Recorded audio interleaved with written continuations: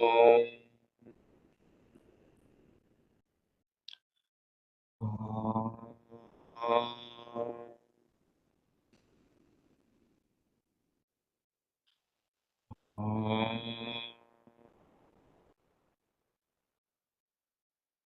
Om Sahana Vavatu Sahano Bhunattu Sahaviryam Karavavahe Tejasvinavaditamastu ma vidvishavahe.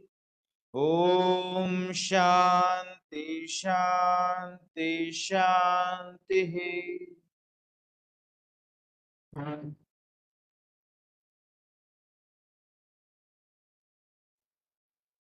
Namaskar and good afternoon. Friends, it's a great pleasure to welcome you to today's talk by Colonel Ajay Singh on a very interesting and I think a very important topic, the story of Indian warfare. I would like to thank Colonel Ajay Singh for accepting our invitation to deliver this public lecture. This is something that he has written a book and he will talk about it.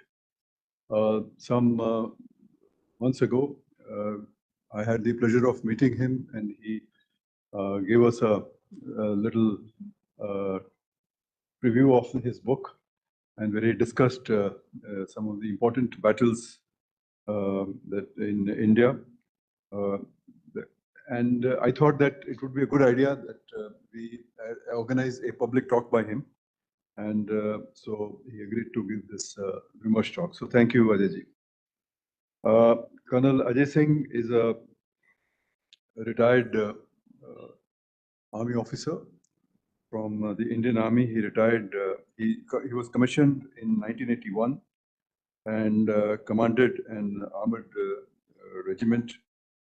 He sought premature release from the army in 2011. And after that, he served as the CEO of two different organizations. An alumnus of St. Xavier's College, Mumbai, and a graduate in English literature.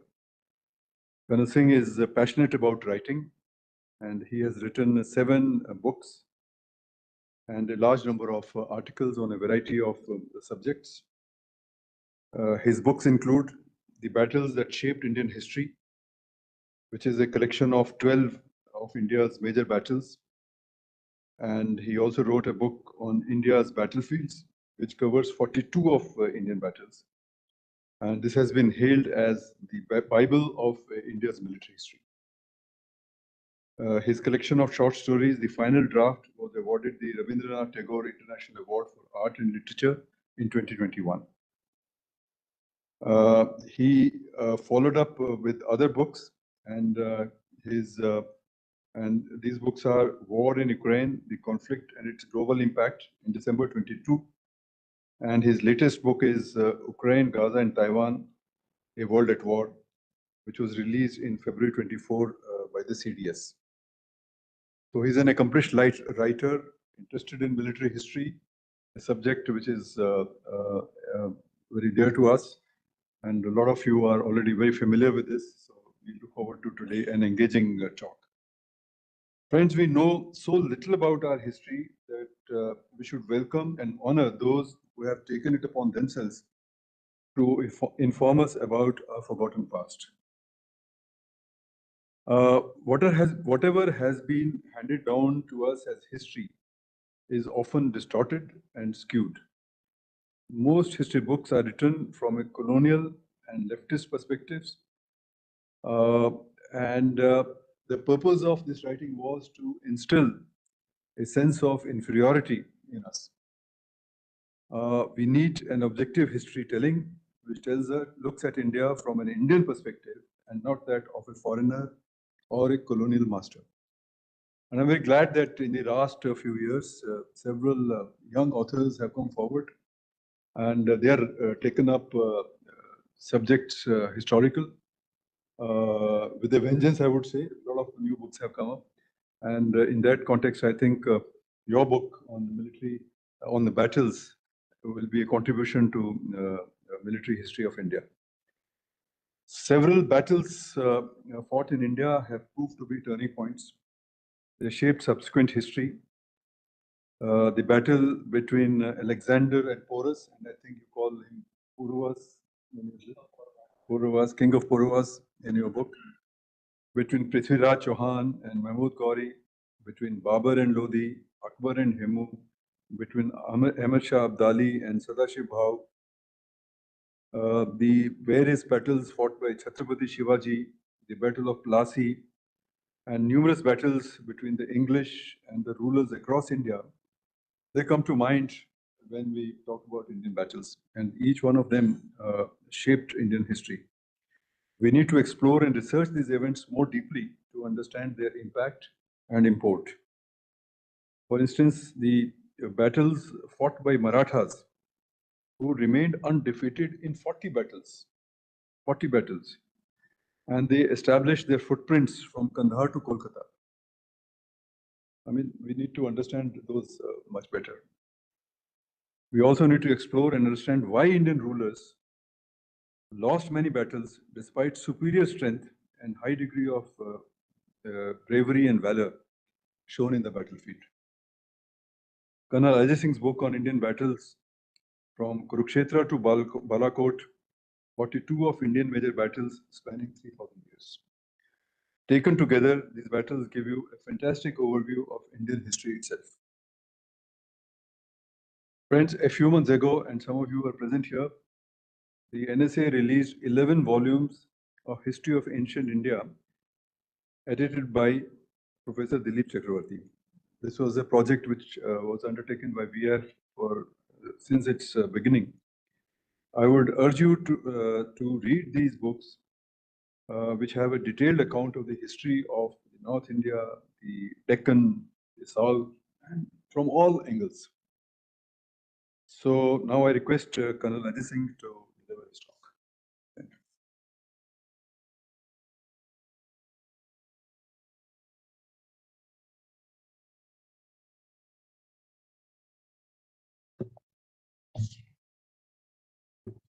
Thank you, sir. It's a huge honor to be here with an audience such as this and speaking on a subject which, as you brought out, is very close to each one of our hearts.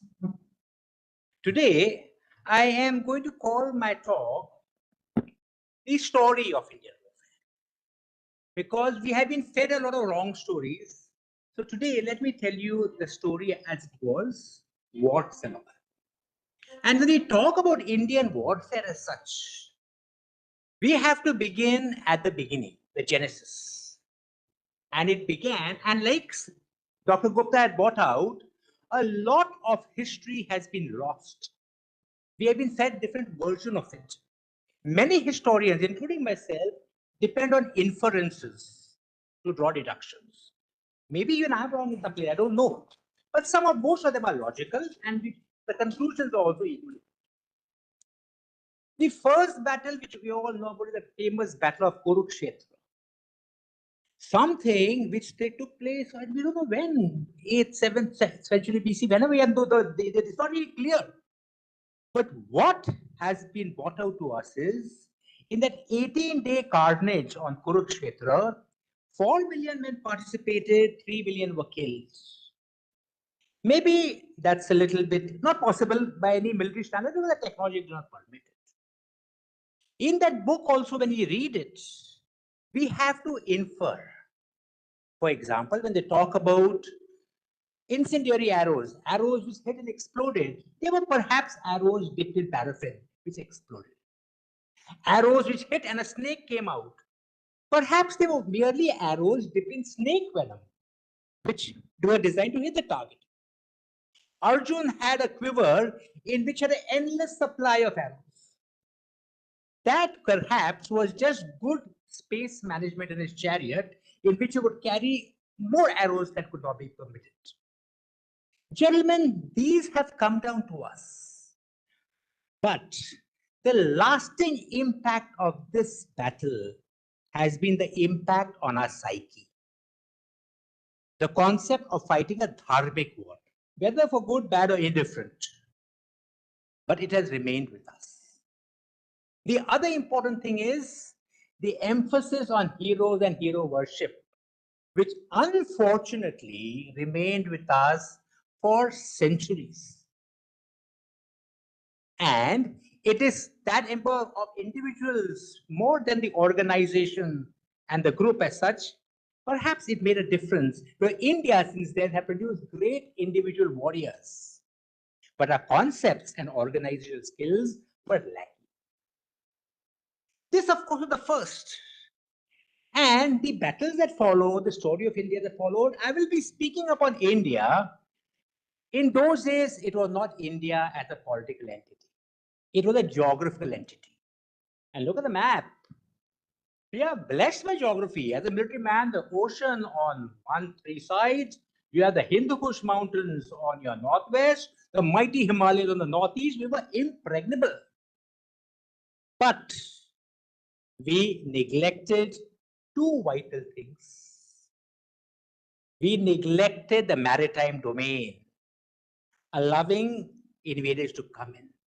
And we neglected these 6 passes through which invaders repeatedly came and shaped the history of our country. Now, ladies and gentlemen, when I talk about invaders, I will not be talking about the famous Aryan invasion, because that invasion never took place. That invasion was a transmigration of shepherds, tribes, moving from Iran, Caucasus, Mongolia, Central Asia, which was part of the normal move and flow of tribes and humanity in that era. It was not the invasion which our history books made it out to be, by a superior white force from Western Europe. And in fact, if you read more closely, some of the arguments they have used to propound this theory has been things like the milk tolerance of people of North India is akin to the milk tolerance of people of Western Europe. We have been brought up on that diet and unfortunately remained with us for a long time. But the first invasion by a foreigner, an outsider, was by Alexander the so-called Great, who fought his way through 3 continents, Europe, Africa, Asia, hit India and confronted the king of the Pauravas, the great son of India, whose name is lost. He was not Porus. Porus was a Greek name, gentlemen and ladies. It is a Greek sounding name. It was the name written by the Greek historian Plutarch, which has come down to us. Again, the story of this battle follows the story of Indian warfare very much. When he came in, the other kingdoms, the Raja of Taxila, they welcomed Alexander. He even gave his daughter to and 30 elephants to Alexander in dowry. They supported him in the battle against the king of the Pauravas. And in that battle, sometime around, I think it was around July, that's all, because it was in a heavy rain. The Indians fought the Greeks to a standstill. Heavy casualties on both sides, till a truce was called in the evening. Porus was allowed to retain his kingdom, but the flip side was Alexander's men mutinied after the battle of the Jhelum River. They said, we refuse to go ahead to fight greater armies of warriors like this. And as Plutarch, I'm referring to his story because it was the most accurate, put it, the Indians were the bravest and most skillful opponent we have faced in 3 continents. He went back, he left his region to hold it, but this had a very interesting flip side. Because with Alexander came the first call of nationalism in India, raised by Chanakya, in which he said, he got the kingdoms together and said, forget fighting amongst ourselves. Let's Seleucus was the general, the Greek general. Let's get them out of here first, and then we'll continue fighting each other. They united, they got rid of Seleucus and the Greeks. Some of them are remnants are still out here, and it started the Mauryan Empire. An empire, look at it, look at this. Look at the extent of the empire, gentlemen. Have a look at this. Far greater than in extent than any other empire. But it is lost to posterity. In that 1,000 years that followed, the Mauryas came, the Guptas came, the Cholas came, the Rashtrakutas. India was strong and prosperous. There were invasions, all right. There were attacks, all right. The Huns came, the Kushans came, the Shakas came. They were repelled. In other words, India in the first millennia was not only prosperous. Militarily, we were strong, contained, defensible, and rich. We were rich as a civilization, which we still are.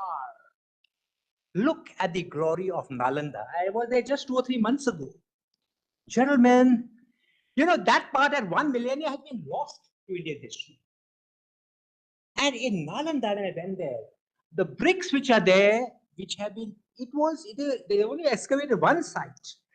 It has got 12 such sites for 500 years, the seat of learning, which was destroyed by a barbarian called Mukhtiar Khilji. And with great glee, they wrote that the library is burned for 6 months. What is that wealth of knowledge that was lost there? Let me give you a small example. You know, I'm married to a South Indian.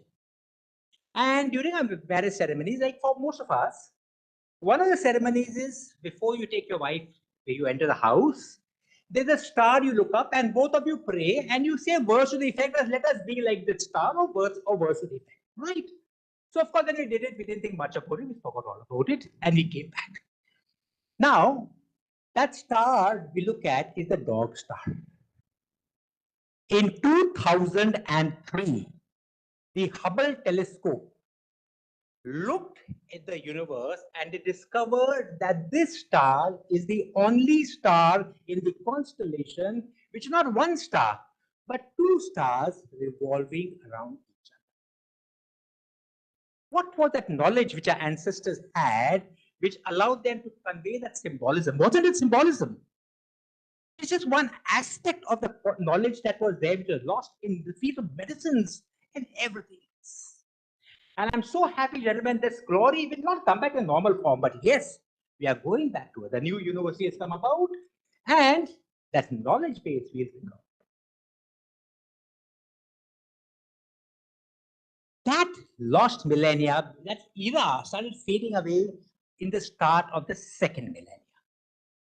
And the change began when the Arabs first, I won't say they conquered Sindh, they established a foothold.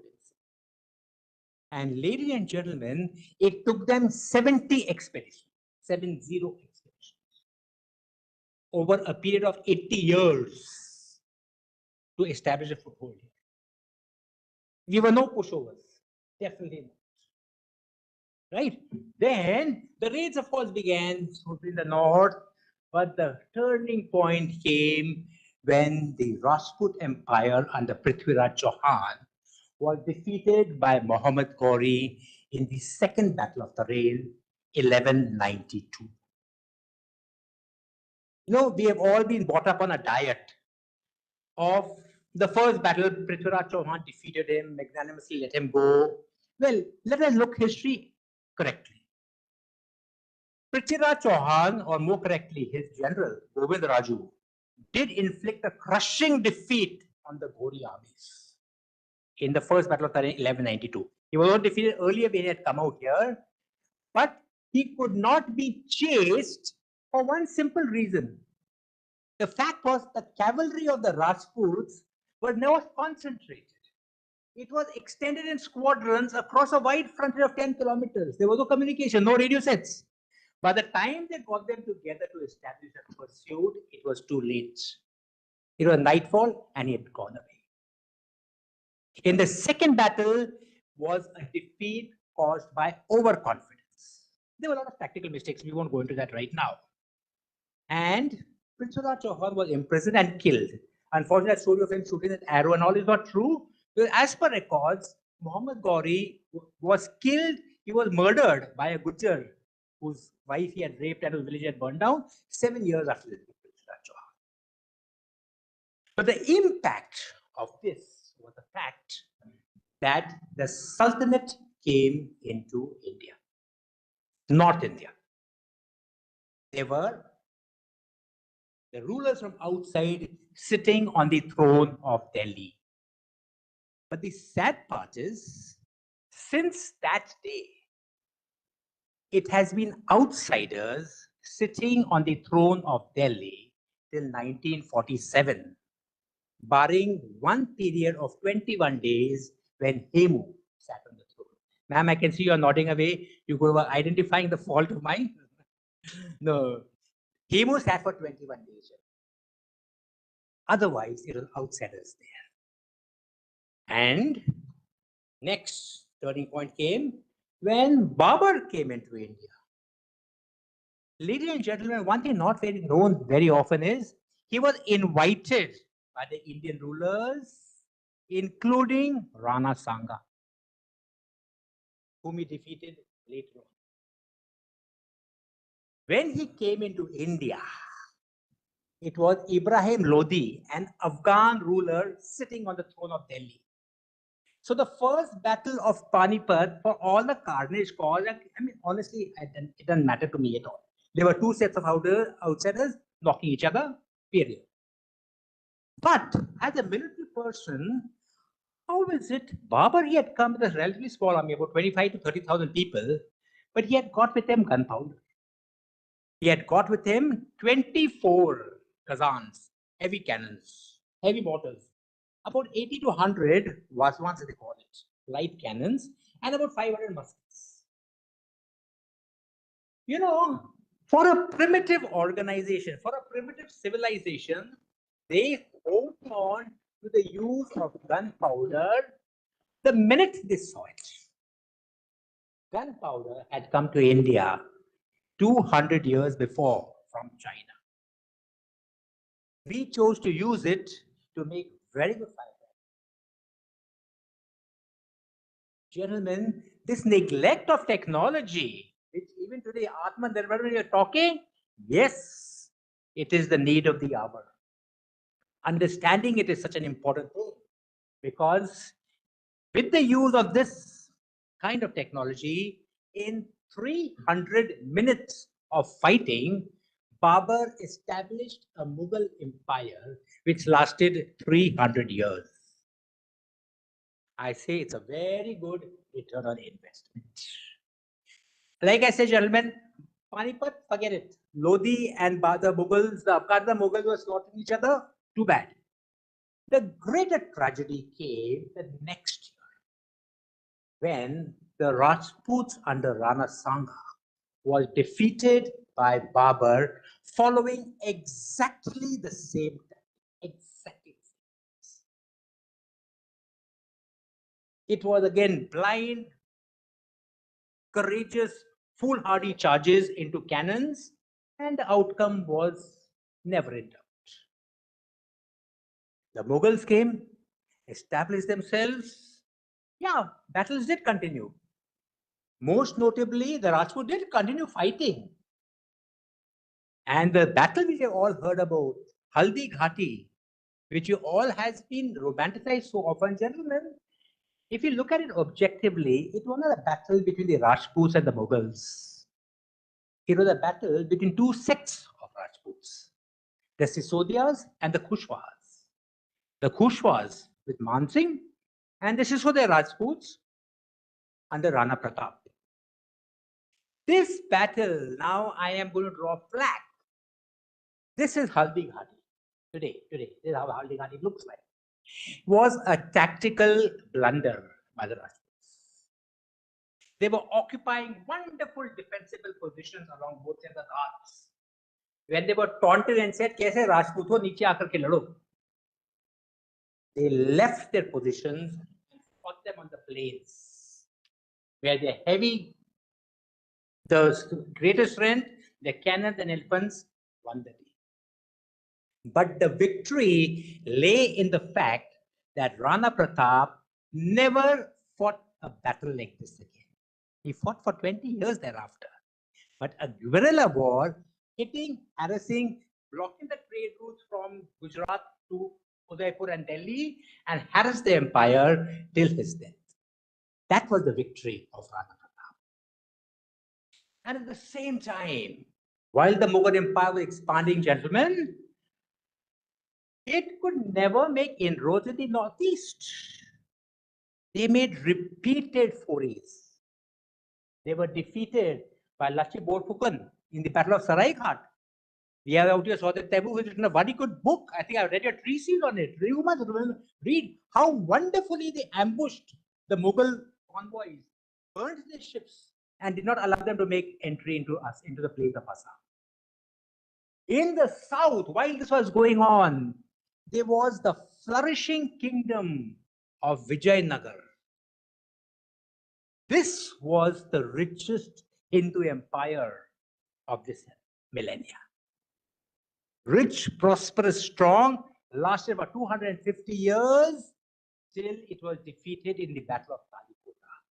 Those of you, especially the young of you in the visit Hampi, the ruins of that great civilization are existing even today. And in the south, as the Mughal Empire was dwindling, rose one of India's greatest sons, Shivaji. Again, what was so different about him was his call to nationalism. The Mughals are outsiders, let's carve our own Rashtra. And with him, on the strength of light, fast cavalry, they carved an empire which extended all the way from Madras and kept on being built up by the Peshwas. You know, there's a story. The cavalry, I mean, his policy was, his thing was, between every two Maratha horsemen, there were 3 horses. Each Maratha warrior, from the Senapati down to the lowest Savar, had a pouch which contained 2 half-baked chapatis, some mirchi, 1 piyaz, maybe a little bit of dal, a lump of gur. That are the daily rations for everybody. Moving in this manner, they say they were always half a day's march ahead of any of the others. Moving, hitting, moving back. And by doing this was the empire. We have all heard of Bajirao the First. That famous movie, Bajirao Peshwa. Dr. Gupta had mentioned the general who was undefeated in 41 battles. A general who was such a master of maneuver that his writings were studied by Montgomery himself, the European generals who considered themselves to be fannikhas in maneuver. He used to keep a copy of his battles in his caravan and study it. He defeated the Mughal armies, the armies of Nizam, often with a very simple tactics, harassing them, moving away from them, dividing them from their guns and heavy equipment, taking them across the river, cutting them off and decimating. The Battle of Palkhe, the Battle of Bhopal were all won with such effective maneuver tactics, of which so few of us are aware of. I mean, what do we remember of Bajirao the One, that he married Mastani, end of the story? He was a true one of our great leaders. He was not a ruler, he was a general. But unfortunately, this Maratha Empire, where he reached the pinnacle of its power, and the Peshwas that they extended across the country, it suffered its greatest loss. I would say the greatest loss in Indian history, a darkest day, on the 3rd Battle of Panipat, when they were defeated by the combined forces of Ahmad Shah Abdali of Afghanistan and the Nawab of Awadh, Najib-ud-Dawla and Suja. It was a case study of how Indians fought and lost battles from within. And I want to amplify it a little bit. Let me tell you the background. Like I said, the Marathas were at its pinnacle. They had established a system of Chaut and Sardeshmukhi. It was basically taxes to be paid by the rulers around. Right? Now, as their powers were expanding, the Nawab of North India, Najibuddaulah and Sirajuddin, they got worried that our own power will be subjugated. So they went to Afghanistan and they contacted Ahmad Shah Abdali, the founder of Afghanistan, and they said, you must come and wage a jihad into India. Save us all. Standard cry. To sweeten the call for jihad, they offered him 50,000 rupees a day for each day when he would be in India, and 1 lakh rupees for each day in which they were fighting. So you would say quite a lucrative jihad. But he came out here, he came to India, and he plonked himself in the area of modern day Meerut and Lucknow. Now, the Awadh is basically Uttar Pradesh, right? So, gentlemen, before I go further, I want to tell you a little bit about the protagonist, Satashiv Bhau, the general who led.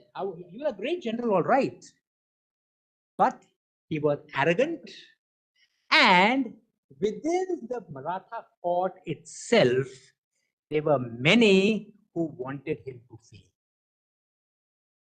That expedition was sent, it was designed to fail, to humiliate.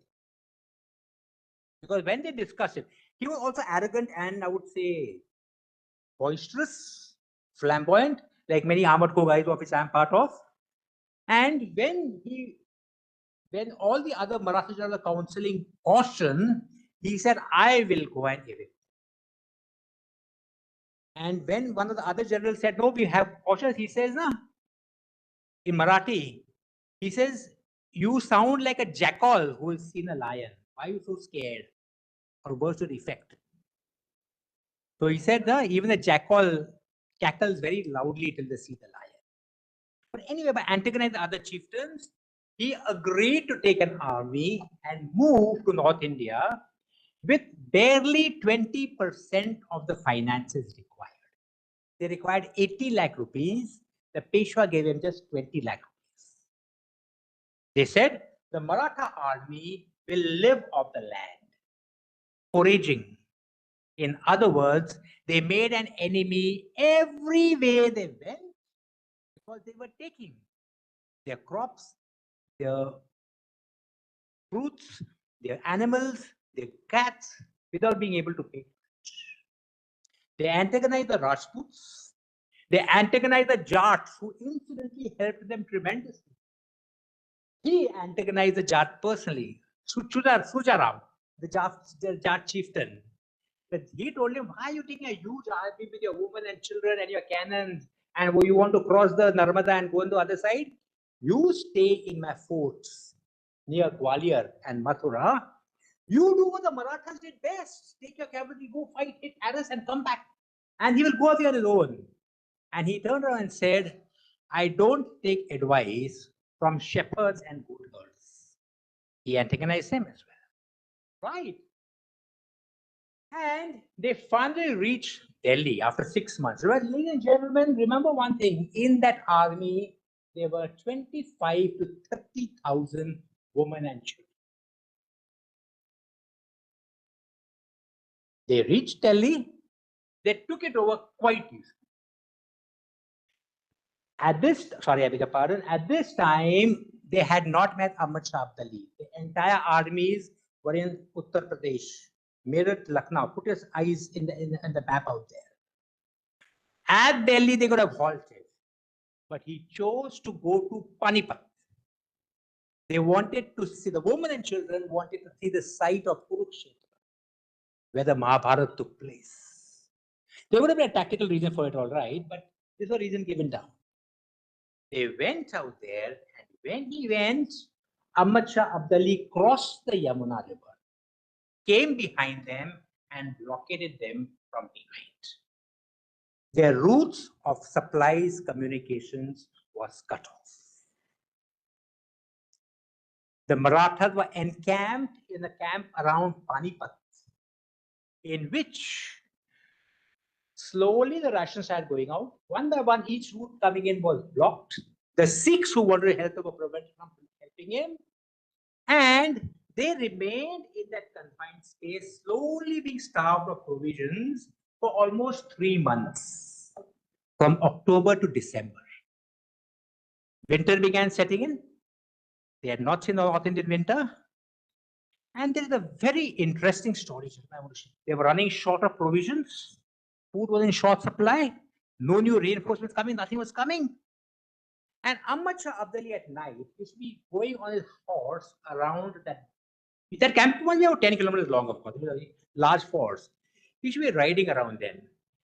And one of his generals, the local general, he goes with him. He said, listen, you say that these guys are running short of food. They don't have provisions. But I can see about 100 small fires burning in that camp.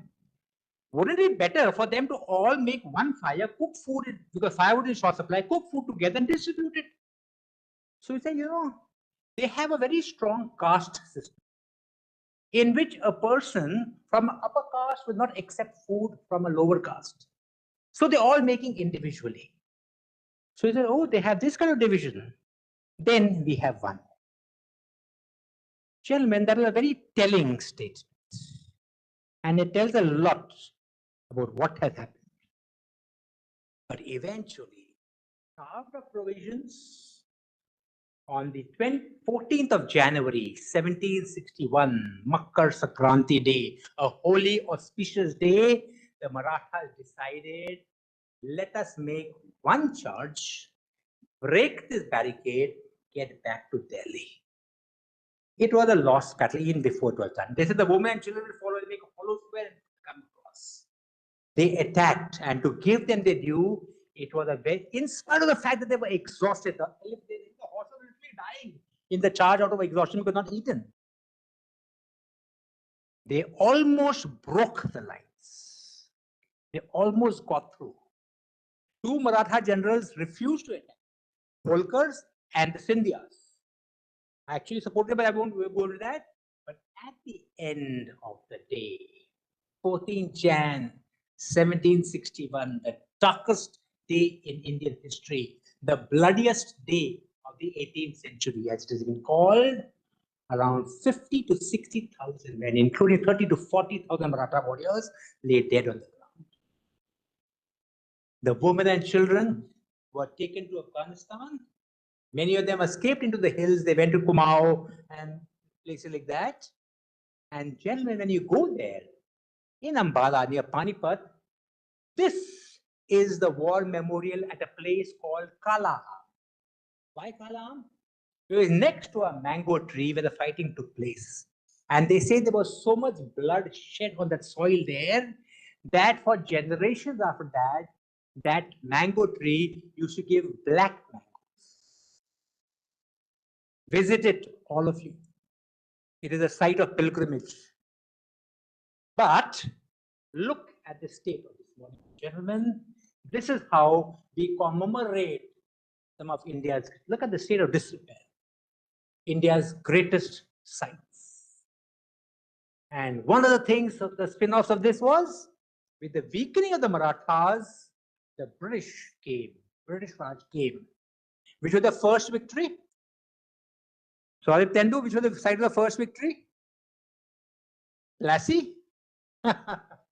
It is called the Battle of Plassey. There is no place in India ever called Plassey. It was the Battle of Palashi, a traitor's battle in which the commander-in-chief of the Nawab of Awadh, Mir Zafar, a name synonymous with treachery, he surrendered his own Nawab, joined up with the British, became a Nawab, sold off the state to them. Does it sound familiar? Yeah, they are Mir Zafars even today. But what followed? The Marathas, this was a start point. Palashi and Buxar they began establishing a foothold in the south. The first was Tipu Sultan, the Mysore War. Gentlemen, he's a reviled figure and rightly so. But it must be remembered that he fought a very good battle against the British for 30 years. There was a battle of Wayanad, in which 10,000 British soldiers were killed when they were ambushed in a gorge with his rocket forces. How did they defeat Tipu Sultan? They got the Marathas, they got the Nizam of Hyderabad and said, this guy is a louse, he's a common enemy, let's all get together. The three of them attacked, defeated Tipu Sultan. Who was next in line? No prizes for guessing. The Marathas. They got the Nawab of Hyderabad, the British, ganged up against the Marathas, and a series of wars decimated the power. The Nawab followed next, and then came the North India, the Anglo-Sikhs, in which soldiers of the Bengal native regiment and the Britishers, they defeated the British over a series of battles, I beg your pardon, the Sikhs over a series of battles, and took over almost all of North India up to Afghanistan. Now, this sorry state of affairs continued till 1857, when the first war of independence took place. Firstly, by then it was become very clear how the rampant exploitation was going on. And when the native Bengal infantry mutinied, the country arose in arms all across India, right from down to south, Gwalior, Jhansi, North India, Meerut, Lucknow, everything.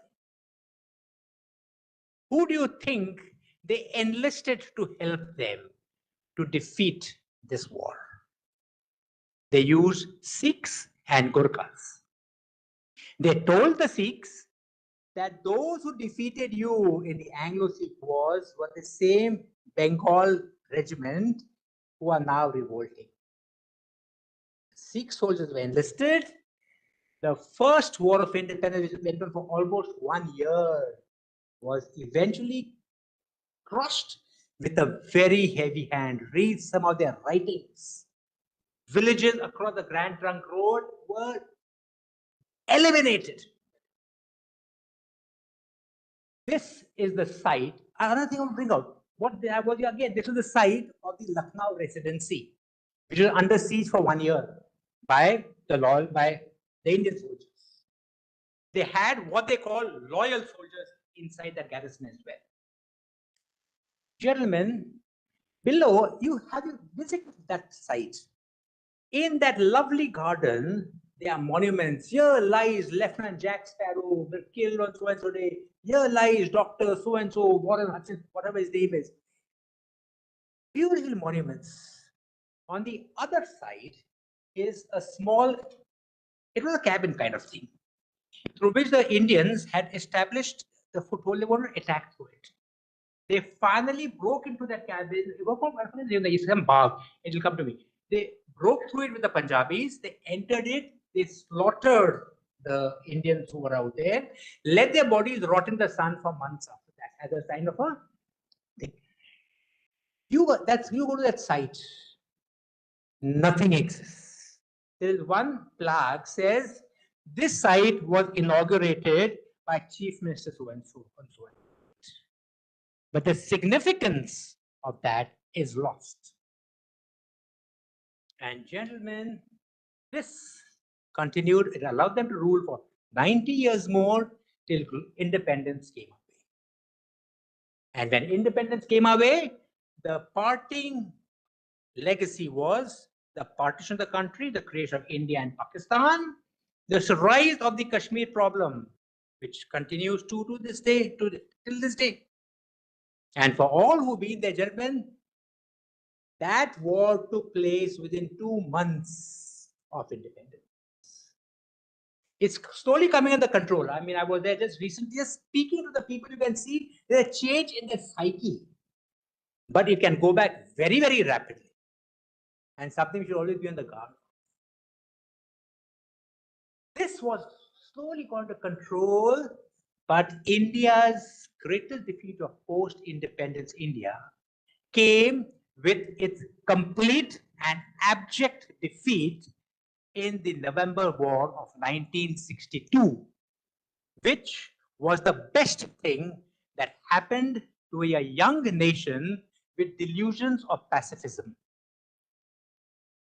I'm saying it was the best thing that happened to the country. Because when we made a lot of political and military blunders, we were unprepared. The army was making barracks. The army was neglected. Politically, there was a lot of incompetence. There was no clear direction of what the Chinese wanted to do.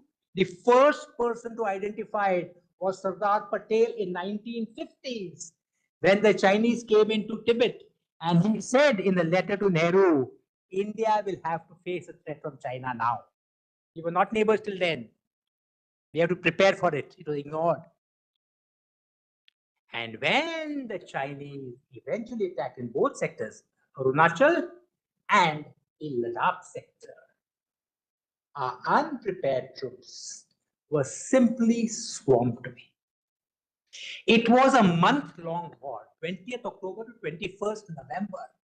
But the actual fighting took place in the first 3 days and the last 3 days. Till then, they were doing nothing but improving the road communication all the way up. In those who go up there, there's a road which is leading to Margot Seal and all these places. They still refer to the Chinese road because it's constructed by. But it finished. They went back unilaterally, and we were not even aware of it. In fact, at the time it started moving back, Nehru had announced, I feel very sad for the people of Assam. They were a series of blunders, gentlemen and ladies, and we must never, ever forget it. Never. I'm so happy things we are on the right lines. We are honored to have with us in the audience General Rakesh Sharma, who has commanded 14 Corps looking after this area. He would share more insights later on. But that war got the Indian Army the reorganization. He began reorganizing, and in 65, can you imagine what a lovely situation? Nehru died in 64. The Indian Army was defeated. The Pakistani said, "Bhai, mauka sahi hai." They attacked, and one thing which was very good at that time was we had Lal Bahadur Shastri, a decisive 5 feet nothing of pure steel, a decisive prime minister. When they attacked the new tanks inside Cham, and ladies and gentlemen, I have a personal connect to that war. My father was fighting the Cham sector, and my earliest memory of life is as a 3-year-old child receiving the news that my father is missing in action. He was fighting the 500 good cause. Even now I can see my mother walking to the house, and just that look, I knew something disastrous. Thank God he came back to us. Thank God for that. My father-in-law was wounded in Punjab, in the Barki sector. So this war has a connect. But forget how the war finished, whether it was a victory. I think it was more stalemate. It was militarily neither side attained its aims. But the thing is, the Indian army went into Pakistan for the first time. We went into Hajipir. We captured Hajipir. We were proactive for a change. We, of course, we made wrong mistakes. But that proactiveness paid off. And it paid off just 6 years later in one of India's finest moments of arms. 71. We all know the problems going on in Bangladesh, which we have created. We created, but gentlemen, let's not have any delusions that they owe us anything or we owe them anything. But when they created it, the background was East Pakistan, West Pakistan. Oof, it's a geographical impossibility. 2,000 kilometers of Indian territory in between, and more than that, the West Pakistan were exploiting them. When Sheikh Mujibur won the elections, they dissolved it. They launched a genocide into East Pakistan, killed about 10 million of them, sent refugees into India, creating a problem which could not be handled. And then, gentlemen, on the 28th of April, 1971, India won the war. Because on that day, there was a conference going on, Parliament was in session. And they were discussing, what do we do with the refugee crisis? We can't handle it, we don't have money, they're creating problems, etc., etc. And Mrs. Gandhi turned around to General Manekshaw and said, Sam, I want you to go into East Pakistan now. And he turned and says, ma'am, now? She said, yes. He said, but that means war. He says, I don't care if it means war. I want you to go into East Pakistan. And he turned around and gave this answer. Madam, I assure you, 100% defeat if we go in now. As he puts it, Jagjeevan Ram, who was the defense minister, was sitting behind him. He said he prodded me with his pen and started saying, Sam, manjana, manjana. No, he did not agree.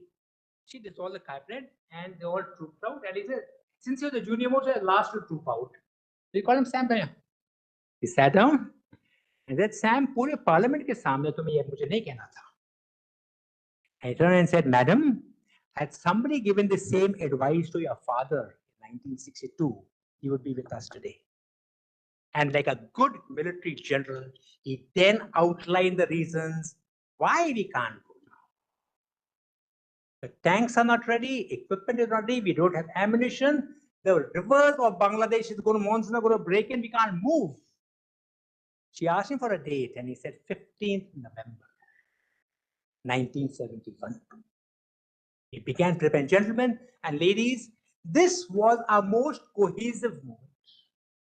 Army, Navy, Air Force, the economy, the finance, the diplomats, politicians all came together. And on the war, actually, it was a proxy war going on much before. It began when Pakistan attacked bases, hoping to cripple the Air Force. And the same day, 3rd of December, Mrs. Gandhi was not even in the country that day. The Indian Army, the Air Force attacked Pakistani air bases, and their submarine, PNS Ghazi, was sunk at Visakhapatnam, and the Indian Navy attacked Karachi on 2 nights, 4th and 8th of December.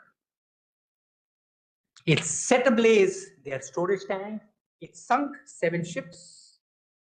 One an interesting story. You know why I marked these 3 ships? Does anybody know what is Pakistan's Navy Day? It is 8th of September. On 8th September 65, 7 battleships attacked the port of Dwarka. They bombed it and they moved back. No damage done, but they held it as a great victory. Out of the 7 warships was Hafiz, Khyber, and Shah Jahan. Ladies and gentlemen, Shah Jahan and Khyber was sunk in these raids. Hafiz, which was a minesweeper, was destroyed. And like I say, it implies that we celebrate our Navy Day with far greater gusto than they did. Our revenge was served cold. The Indian Army advanced. We came into East Pakistan. And as we started going, remember those guys were also preparing. They had got each of the towns and were built up areas. They had actually put cement blocks on each crossroad. The rains came, they solidified into bunkers. Each position was prepared. They could have held on for 6 months. But they were told, wait for the whites and the yellows to arrive. The US and the Chinese. So when we came and we found we were being blocked, we did a simple thing. We bypassed them and started moving deeper inside.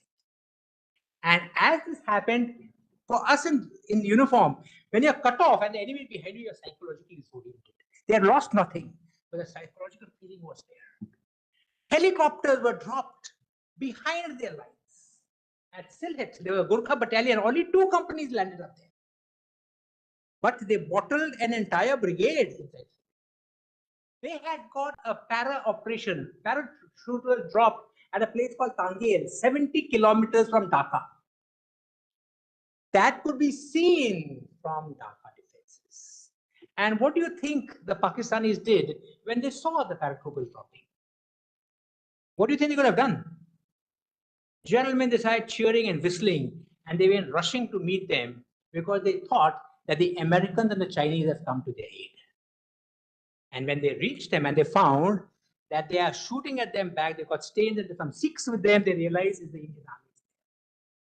Morale broke. They have lost nothing yet, but their morale was cracking. And at the same time, there was a meeting in the governor's bungalow in which General Niazi, the governor, and they were discussing what's to be done. The Mukti Bahini gave information to the Indians.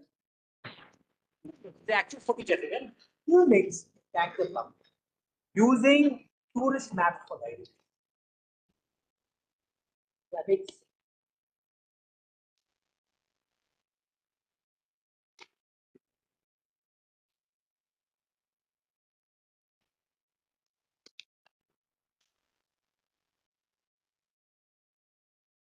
when they did it, the governor resigned. General Niazi, prompted by some very well-timed message by General Manik Shah and General Jacob, the Chief of Staff, Eastern Command, agreed to an unconditional surrender. 16th of December, Dhaka Race Course, the instrument of surrender was signed. 93,000 Pakistani officers and men laid down their arms. Their biggest haul since World War II. And Pakistan became the only nation to have issued a postage stamp appealing to the world to return their prisoners. I am looking for this postage stamp. I have not been able to find it. If somebody gets their hands on it, please hold it. It will be worth millions. Of course, they removed after that. You know something? This victory, I'm speaking as a pure military man. It was the greatest military victory post-World War II, besides the Israeli Six-Day War in 1967. I'm speaking very objectively. And in the US print, I beg your pardon, the British print, there came there's a line, they said, the victory of the Indian army was akin to the achievements of the German army of 1941. So when I gave a talk, and one of the British guys told me this, I turned around and said, you guys are talking humbug. There is no comparison to the achievements of the Indian army or the achievements of the German army, the greatest fighting machine the world has ever seen. Because when the Germans came through France, they allowed the British Expeditionary Force to get out of there. They achieved really nothing.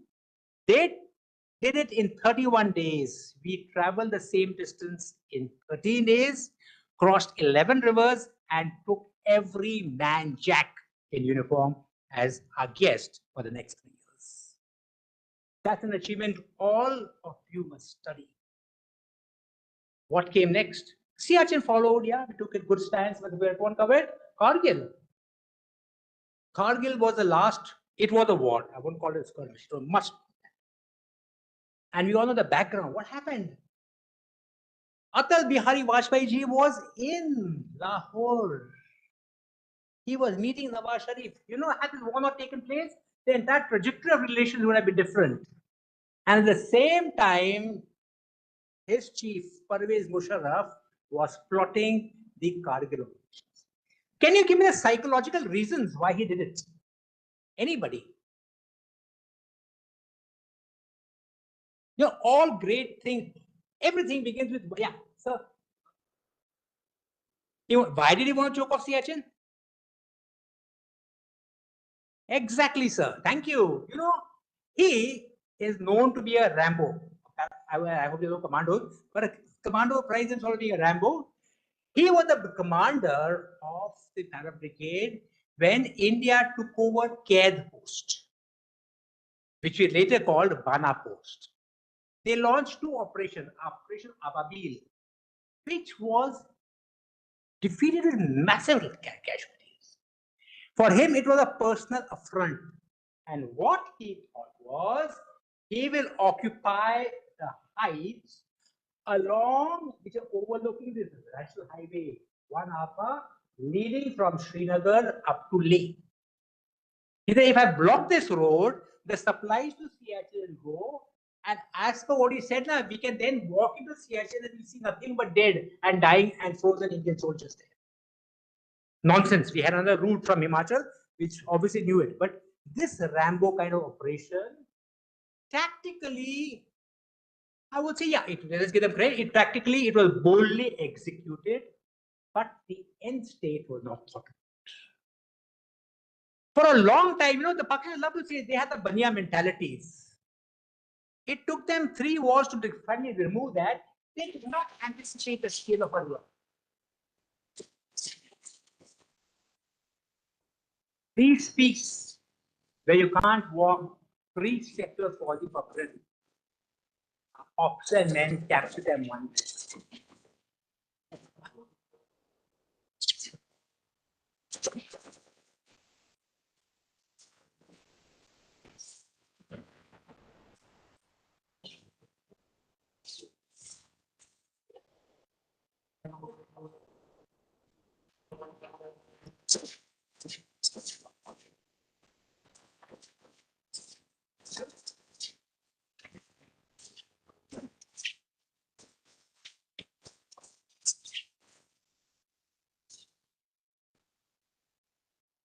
Gentlemen, it was valor, individual valor, and the courage of a young officer and men that salvaged the situation. And when you go to Dras, visit the war memorial. We have to go and pay our respects. Because, gentlemen, the story does not end there. There are tensions between India and China. We don't know how it's going to pan out.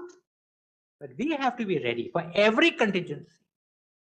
As we are rising, there are a lot of people who are not at all happy with this. Most of them are friends in the USA. We know what's happening in Bangladesh and how things have been engineered. Pakistan is definitely, it is down and out. And I personally, for one, I feel that Balochistan, repeat of Bangladesh and Balochistan would not be too bad an idea in any case. But that's a different story. But we have to remember this. And we have to remember one thing. Remember the lessons of our history. And remember that one thread, one common thread. I deliberately chose my examples. The lesson is when India and Indians have been strong and united, one, we have always won. Whenever there have been fissures, they have been exploited and led to our debacles. This is the lesson we must remember and never. I have come to the end of my talk, dear gentlemen. I truly hope you've enjoyed it. I'm open now to interactions, questions, and more importantly, inputs from the audience. Okay, the floor is open now. Wow, wonderful. Yes.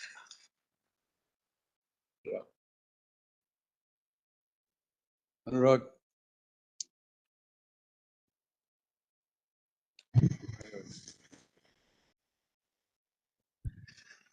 Thank you, sir. So my name is Captain Anurag Bisin. I'm a senior fellow at VIF. Congratulations on a brilliant presentation. Nothing